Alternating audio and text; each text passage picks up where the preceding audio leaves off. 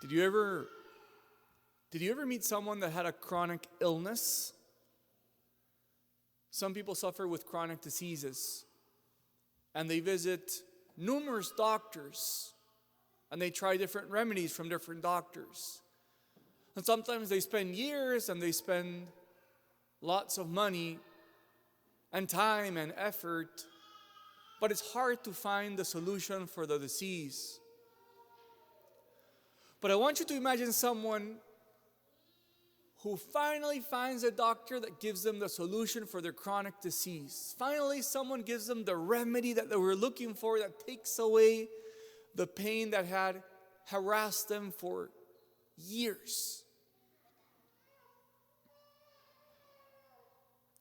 If that doctor, a few years later, the doctor that finally found the solution, if the person visits the doctor again 2 or 3 years later, and the doctor gives them a different set of instructions for something different, how likely is it that you're going to obey that doctor that found the solution to your initial problem? Super likely, right? Super likely. Like, oh, this guy knows what he's talking about. I'm going to do whatever he tells me to do. And that's the link between memory and obedience. That's the link between memory and obedience. When you keep in your mind the good that someone has done you, then it becomes much more likely for you to obey that person. And look at what Moses is telling the people of Israel before they go finally into the promised land. Moses is giving them his last testament. It's Deuteronomy chapter 4. They're ready to go into the promised land, and he gives them his testament, and he tells them, nor let them slip from your memory as long as you live, the things which your eyes have seen. So Moses is telling the people of Israel, if you always remember the good that God has made this people, you will never fail to obey God.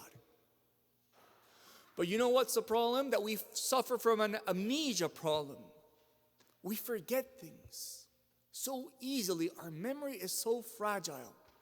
And Moses is saying the only way you will obey your Lord is if you always remember and keep in your mind what the Lord did for you in the past. But Moses also gives them the formula not to forget. Who remembers the formula? He says,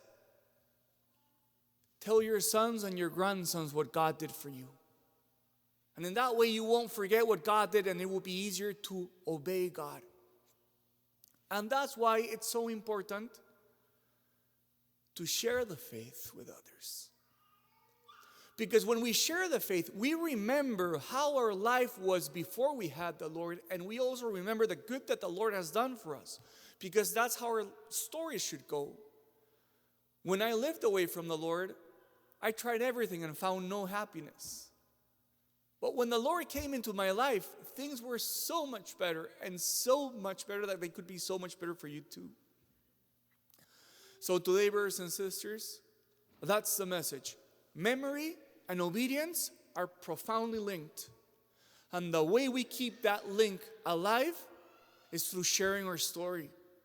Telling it to your sons and to your grandsons, telling it to your neighbor. That's how we never forget the good things that God has done for us, and it becomes easier to obey Him.